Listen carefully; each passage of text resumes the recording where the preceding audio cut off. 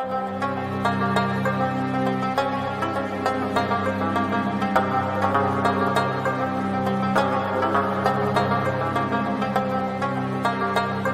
kita akan membahas surah An-Nazi'at. Ada juga yang menamainya surah Wan-Nazi'at, seperti ada juga yang menamainya surah At-Tammah, karena kata At-Tammah ada di sini. Mari kita lihat ayat-ayatnya yang pertama. A'udzubillahi minasyaitonirrajim. Wan-Nazi'ati gharqa, wan-nashitati nashta, was-sabihati sabha, fas-sabiqati sabqa, fal-mudabbirati amra. 5 ayat ini berbicara dan menyipati hal-hal yang tidak dijelaskan di sini. Kita ambil kata wan-nazi'at, para pencabut-pencabut. Apakah kita mengerti siapa yang pencabut itu? Tidak dijelaskan siapa pencabut itu. Allah hanya berfirman, demi pencabut-pencabut yang mencabut dari dalam. Gharqa itu artinya sesuatu yang sangat dalam. Itu sebabnya orang yang tenggelam dinamai ghariq. Tenggelam itu gharqa karena dia berada. Wan-nazi'at, pencabut-pencabut yang mencabut dari mana? Dari kedalaman, seakan-akan dari akar-akarnya. Wan-nazi'ati gharqa. Baru wan-nashitati nashta. Kata an-nashitat diperselisihkan oleh ulama maknanya. Ada yang berkata terambil dari kata nashita. Kalau saya menurunkan timba ke sumur, waktu saya mengangkat itu namanya nasyitah. Jadi mengangkat dengan lemah lembut.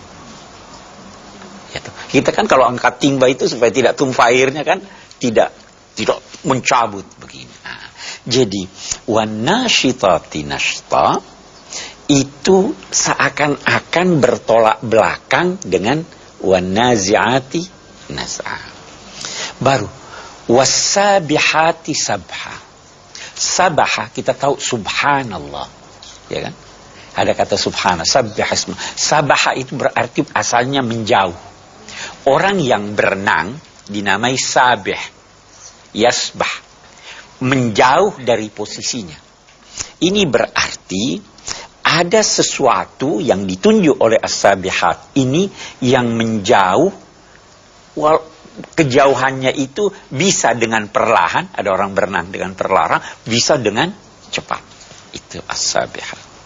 Fas-sabiqati sabqa. Musabaqah apa artinya? Berlomba. Musabaqah tidak. As-sabiqat, orang yang berlomba atau sesuatu yang berlomba sehingga mendahului yang lain. Fal mudabbirati amra, lalu atau maka mudabbir itu berarti pengatur urusan. Nah, karena tidak dijelaskannya di sini siapa yang dimaksud dengan pencabut dengan keras atau dengan lemah lembut, timbullah perbedaan pendapat ulama menyangkut ayat ini. Pada umumnya berpendapat bahwa kelima ayat ini itu menguraikan tentang sifat atau pekerjaan malaikat-malaikat. Nah, wan-nazi'ati naz'a, malaikat-malaikat yang mencabut ruh dengan keras. Siapa itu yang dicabut rohnya dengan keras? Siapa sih yang ingin terus mempertahankan hidupnya di dunia ini? Manusia. Tetapi Nabi ada bersabda begini, Iza ahabballahu liqa'al abd, iza ahabbal abdu liqa'al Allah, ahabballahu liqa'ah. Kalau manusia itu senang bertemu dengan Tuhan, Tuhan pun senang bertemu dengan dia. Aisyah, siapa sih yang senang mati wahai Nabi? Nabi menjawab, tidak, bukan itu maksud saya. Seseorang sebelum meninggal dunia dinampakkan nampakkan kepadanya tempatnya, apa di neraka atau di sorga. Yang nampak padanya sorga, dia senang bertemu, dia rela melepaskan jiwa, dia tidak tahan-tahan. Tapi kalau dia lihat tempatnya di neraka, dia bakal tahan-tahan. Nah, maka siapa yang dicabut dengan keras ini? Pastilah orang kafir. Wanazi'ati. Jadi naza'a itu mencabut dengan keras karena biasanya terlalu kuat bertahan. Itu sebabnya juga biasanya orang yang berkuasa itu kan mempertahankan kekuasaannya. Kita baca itu ayat, Qulillahumma malikal mulk tu'til mulka man tasha wa tanzi'ul mulka mimman tasha. Kamu cabut kekuasaan dari, karena apa? Karena dia mempertahankan kekuasaannya. Nah, ini sang kafir mempertahankan nyawanya.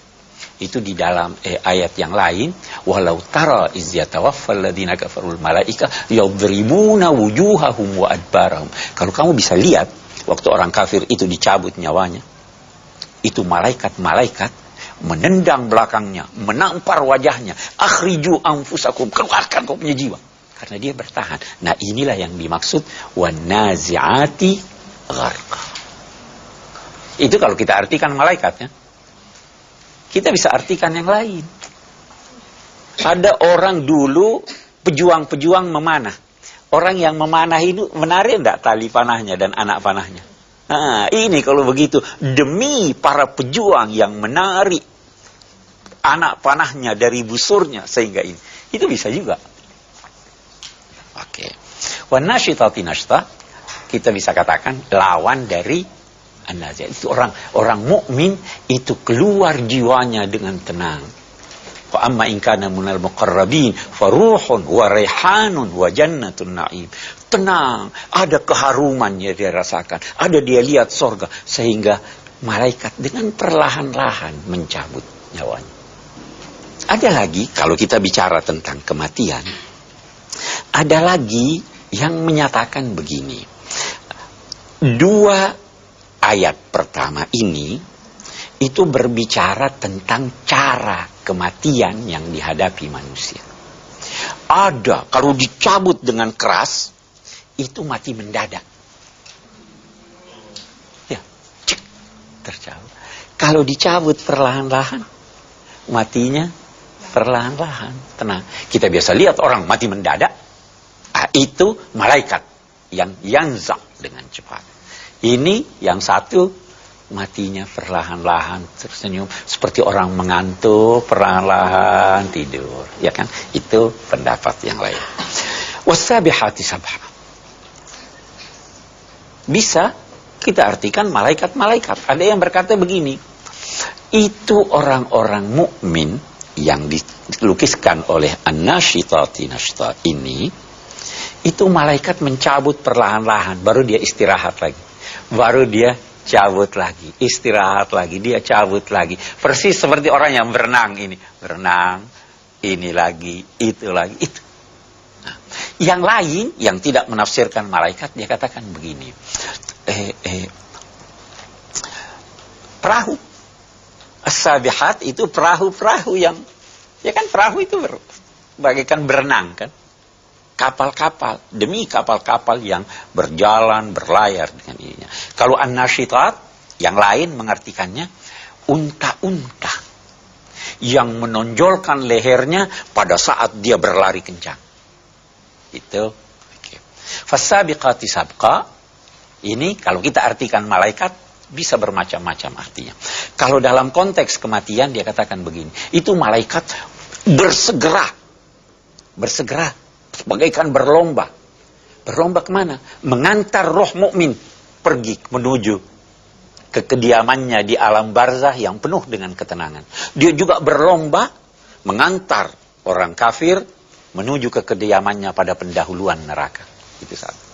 Bisa juga as-sabiqati sabqa, itu malaikat-malaikat berlomba-lomba melaksanakan tuntunan-tuntunan Allah dan perintah-perintah Allah. Itu oke. Fal mudabbirati amra. Maka yang mengatur, para pengatur urusan. Hampir sepakat ulama menyatakan bahwa fal mudabbirati amra ini adalah malaikat. Tidak ada penafsiran lain kecuali malaikat. Oke. Mari kita lihat sekarang fal mudabbirati amra ini. Malaikat-malaikat itu mengatur urusan. Allah menugaskan dia melaksanakan sesuatu. Malaikat-malaikat itu adalah salah satu, kalau istilah ini tepat, kaki tangan Tuhan, junudullah. Ada malaikat yang bertugas mencabut roh. Ada malaikat yang bertugas mengantar wahyu. Ada malaikat yang bertugas mengatur rezeki. Nah, fal mudabbirati amra. Mari kita lihat lebih jauh. Kita ingin batasi ini bahasan kita pada arti wan nazi'at, malaikat pencabut roh. Kita bertanya, yang mencabut roh itu satu atau banyak? Kalau kita lihat wan nazi'at, banyak kan? Malaikat maut itu satu atau banyak? Nah, satu. Satu. Pimpinannya satu. Itulah yang kita namakan Israil. Yatawaffakum malakul maut. Diwafatkan oleh malaikat. Nah, malaikat itu jamak atau tunggal?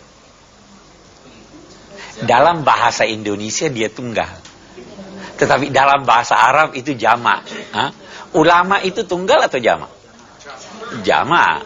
Dalam bahasa Indonesia, Pak, itu ulama satu. Enggak, malaikat itu banyak. Tunggalnya malak. Malak itu terambil dari kata alakah. Alakah itu berarti mengutus. Baiklah, silahkan saudara. Baik, dari tayangan Prahmen yang sama-sama telah kita simak tadi, ada dua hal yang bisa saya tangkap.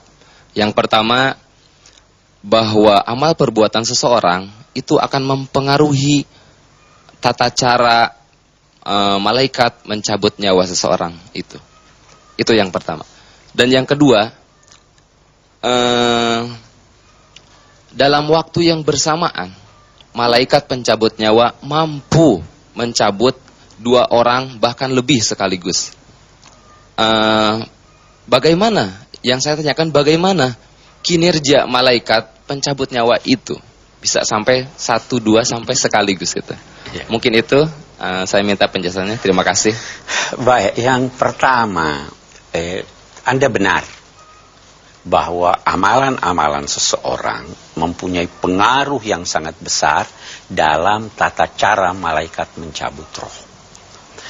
Mati itu sendiri dipersamakan oleh Al-Quran dan Sunnah dengan tidur. Tidur itu enak kan? Jadi mati itu sebenarnya lebih enak dari tidur. Nah, hanya persoalannya ada faktor ekstern yang menjadikan dia ngeri atau yang menjadikan dia lebih enak dari tidur. Faktor ekstern itu adalah amal seseorang.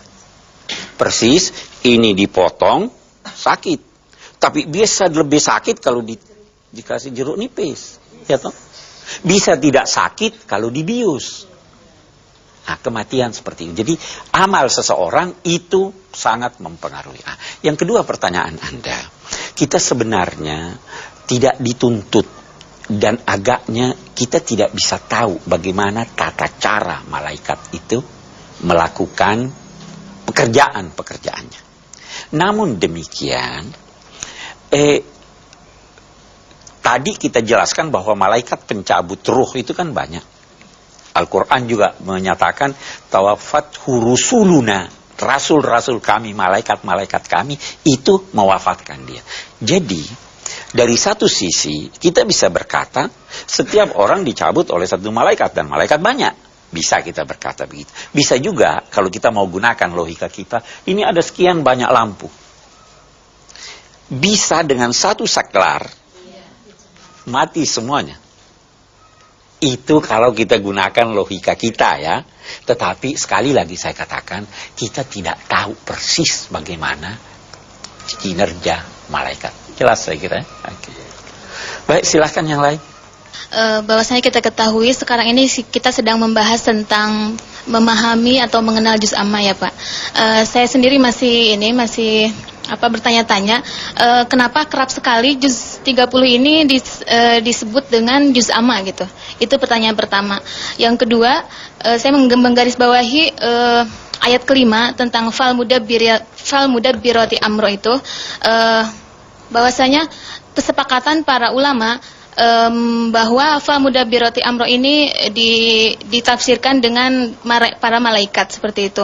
Apakah kesepakatan ini berdasarkan pada ketaatan para malaikat terhadap Allah karena pekerjaan-pekerjaannya yang mereka lakukan? Terima kasih. Mungkin itu. Ada ungkapan. Anda mahasiswa? Oke, ada ungkapan menyatakan al-asma'u la tu'allal. Nama itu tidak bisa dicari apa sebabnya. Nama Anda siapa? Syifa. Kenapa Syifa bukan Fatimah? Ya kan?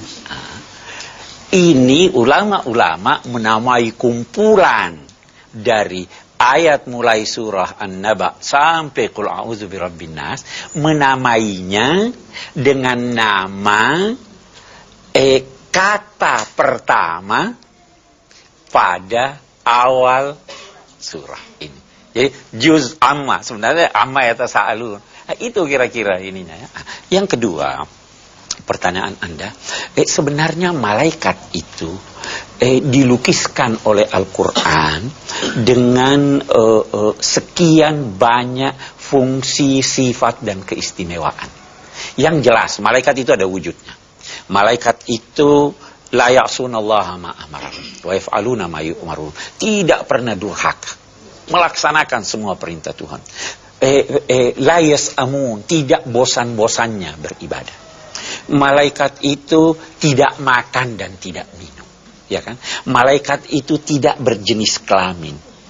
Malaikat itu digambarkan sebagai makhluk yang gagah. Itu sebabnya waktu di surat Yusuf itu perempuan-perempuan melihat Nabi Yusuf yang begitu gagah, hasya lillahi ma hadza bashar in hadza illa malakun karim. Ini bukan manusia, ini malaikat. Karena digambarkan keindahannya. Nah, tetapi fal mudabbirati amra ini penekanannya pada pengaturan bahwa malaikat-malaikat itu difungsikan Tuhan untuk mengatur hal-hal tertentu. Salah satu yang diaturnya adalah menyangkut kehidupan, mencabut ruh dan lain-lainnya. Jadi itu penekanannya di situ.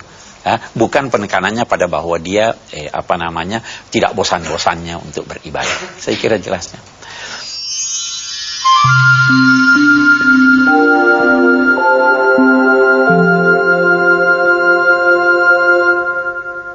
Berbahagialah orang yang saat kematiannya diperlihatkan suasana surga sebagai tempat singgah terakhirnya.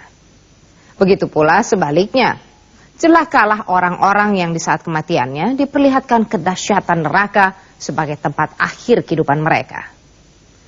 Pemirsa, meski Allah telah membentangkan informasi tentang kedatangan hari kiamat dengan bukti-bukti yang akan terjadi, misalnya kebangkitan manusia dari alam kubur, tetap saja orang kafir masih meragukan berita tersebut.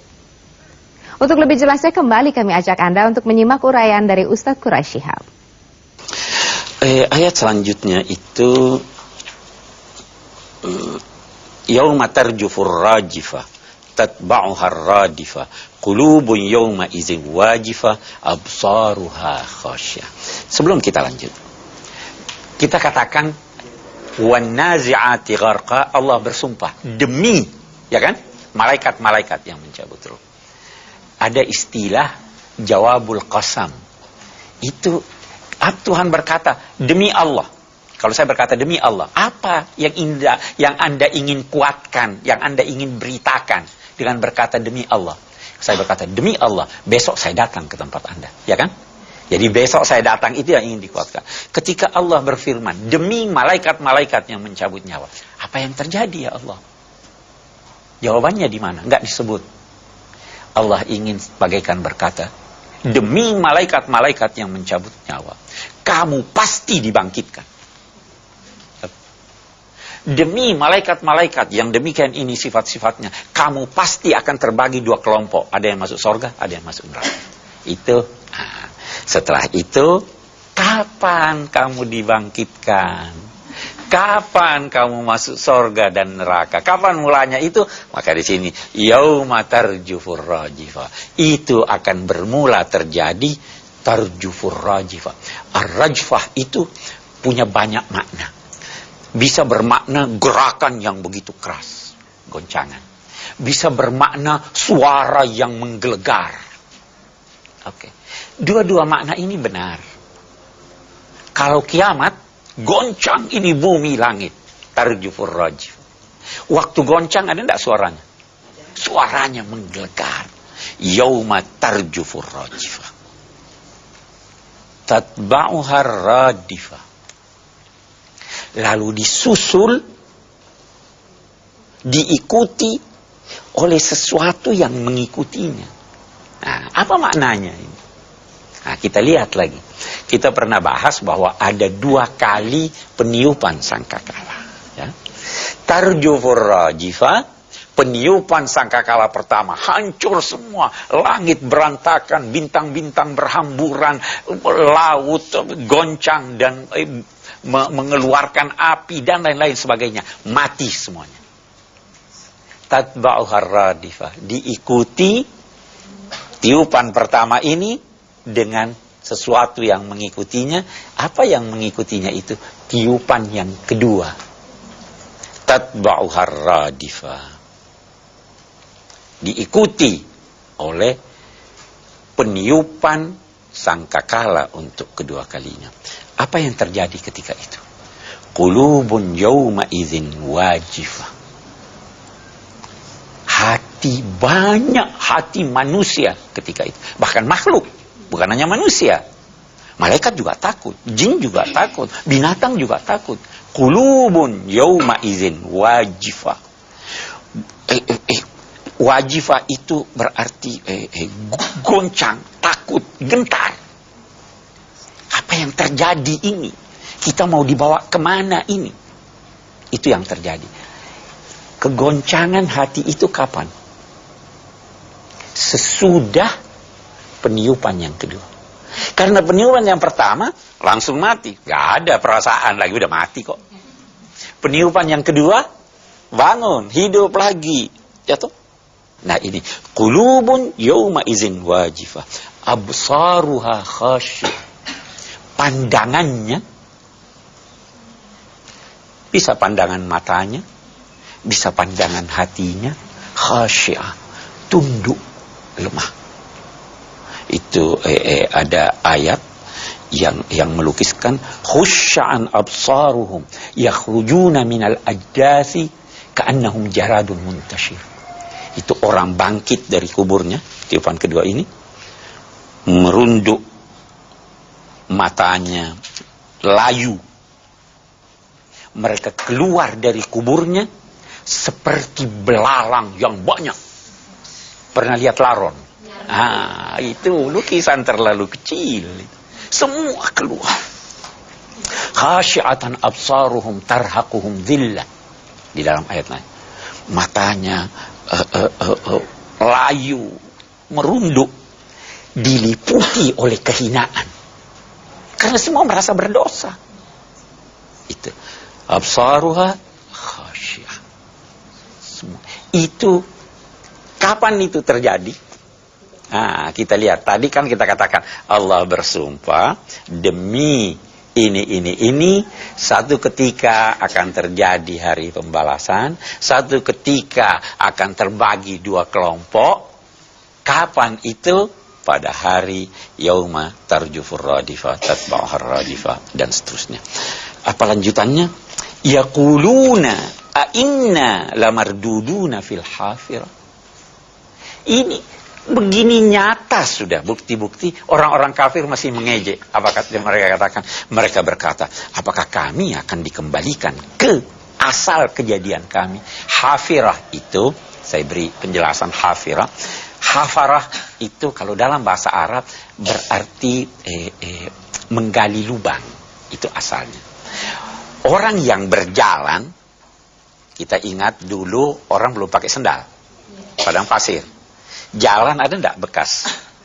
Ada. Nah, itu bekasnya.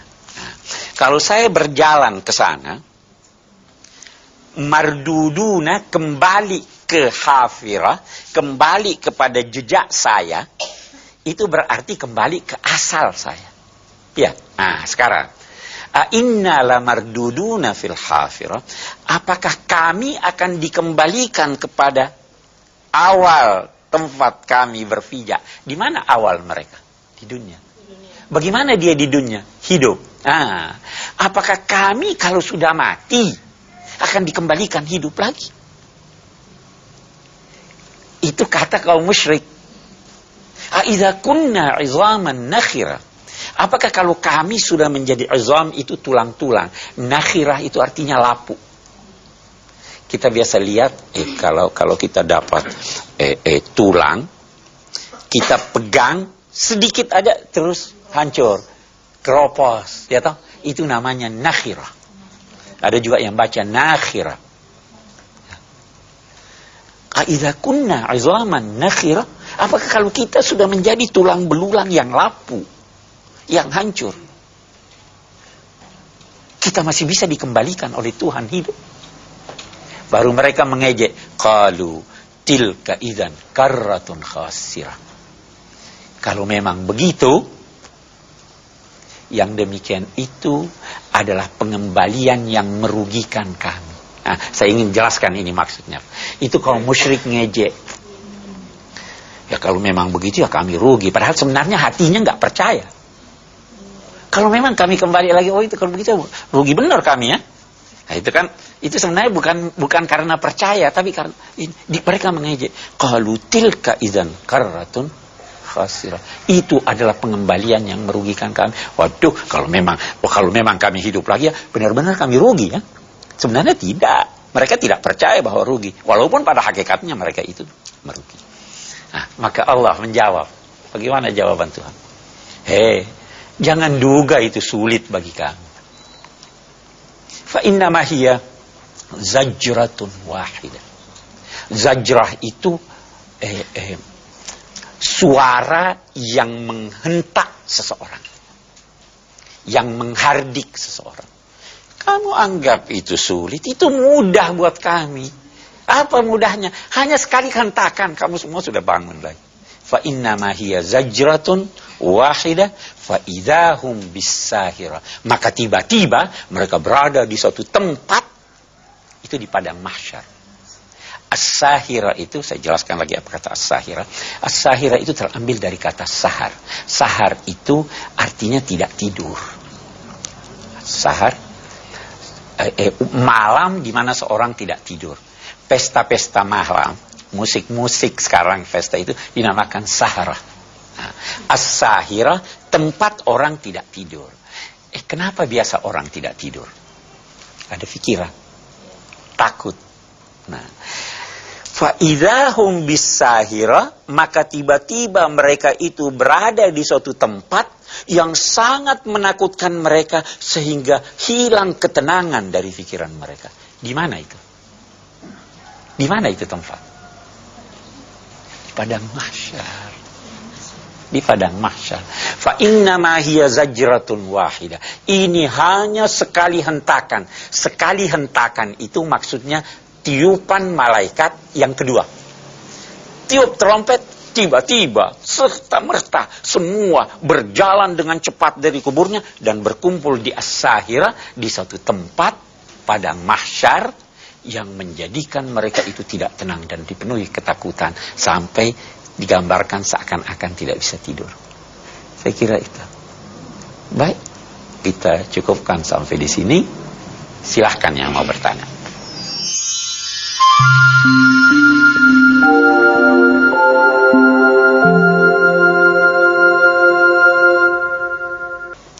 Bismillahirrahmanirrahim. Di sini kita surat An-Naziat yang artinya pencabut. Yang saya tanyakan, roh itu kalau dicabut jasadnya hancur ya. Kalau kita sudah mati, jasad kita tuh yang hancur. Saya pernah dengar cerita atau satu buku saya membaca, di alam barzah kita akan ada kehidupan lagi yang hampir mirip seperti di dunia. Dan kita bisa berkumpul kembali seperti kita hidup di dunia. Hampir bersamaan seperti itu. Kalaupun benar ada, yang saya ingin tanyakan, kehidupan manusia tuh bagaimana? Apa sama seperti tubuh seperti kita di dunia? Yang kedua, yang bisa berkumpul tuh apa orang yang imannya bagaimana begitu?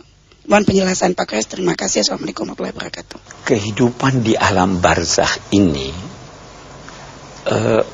tidak banyak kita tahu. Tidak banyak kita tahu. Memang ada beberapa hadis yang menjelaskan, tapi yang lebih dulu perlu diteliti kesahihan hadis itu. Misalnya, ada yang mempertanyakan, ini roh, ini di alam barzakh itu bagaimana? Nah, ada suatu riwayat yang menyatakan bahwa roh seorang mukmin itu ditempatkan Allah pada suatu tempat yang bagaikan burung-burung berterbangan dari satu tempat ke tempat yang lain.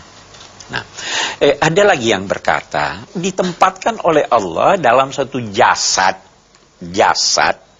yang berbeda dengan jasad kita sekarang ini. Jadi setiap manusia sebenarnya itu dinilai mempunyai dua jasad. Jasad duniawi yang sesuai dengan kondisi kita sekarang, dan ada jasad barzakhi.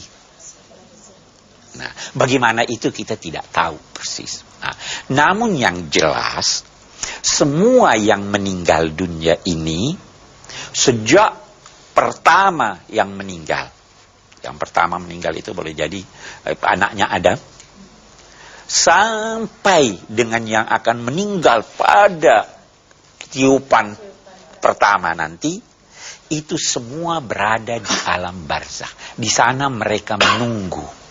Barzakh itu adalah pemisah. Kalau saya katakan ini ada tempat, ini dunia, ini akhirat, barzakh di sini. Barzakh ini penghalang. Yang di sini tidak bisa kemari karena ada barzakh. Yang di sini tidak bisa kemari. Orang yang di sini bisa melihat kemari ke dunia, bisa melihat juga ke akhirat. Itu barzakh. Di sini dia mendapat panjar dari itunya. Nah, itulah yang dinamakan orang siksa kubur atau nikmat kubur. Oke, itu Bu saya kira. Baik, jadi saya kira kita ingin mengambil kesimpulan dari apa yang kita baca ini, bahwa ayat kita ini berbicara tentang kematian. Dan bahwa kematian bisa bermacam-macam yang dialami manusia. Dan bahwa kematian ini bukanlah akhir hidup. Keliru orang yang berkata kita hanya hidup sekali. Kita itu hidup minimal 2 kali. Bisa-bisa kita harapkan kita hidup 3 kali. Hidup di dunia, hidup di akhirat, dan yang ketiga hidup di sorga. Orang kafir berkata, ahyaitana snatain wa amattana snatain. Kamu menghidupkan kami 2 kali dan mematikan kami 2 kali. Orang kafir tidak hidup lagi di sorga, tidak juga hidup di neraka. La yamutuna fiha wa la yahya. Mereka tidak hidup, dia tidak mati di neraka, tidak juga hidup. Jadi mereka hanya 2 kali. Kalau kita, wa anna daral akhir. Nah, ini yang ingin digambarkan oleh ayat. Dan bahwa ada goncangan, ada kekalutan yang akan dihadapi oleh setiap orang, dan karena itu bersiap-siaplah agar tidak terlalu kalut. Saya kira itu kesimpulan yang bisa kita ambil. Baik, kita cukupkan. Insya Allah kita berbicara pada episode berikutnya. Assalamualaikum warahmatullahi wabarakatuh. Ternyata setelah kematian manusia ada kehidupan kembali. Dan saat itulah pemirsa, manusia merasakan kehidupan yang sebenarnya. Untuk itu, mulai sekarang kita persiapkan bekal untuk menghadapi kehidupan yang sejati. Demikian pengajian Tafsir Al-Misbah kali ini. Atas nama seluruh rekan kerja yang bertugas, saya Sandrina Malakiano mengucapkan terima kasih untuk perhatian Anda. Semoga bermanfaat. Wabillahi taufiq wal hidayah. Wassalamualaikum warahmatullahi wabarakatuh.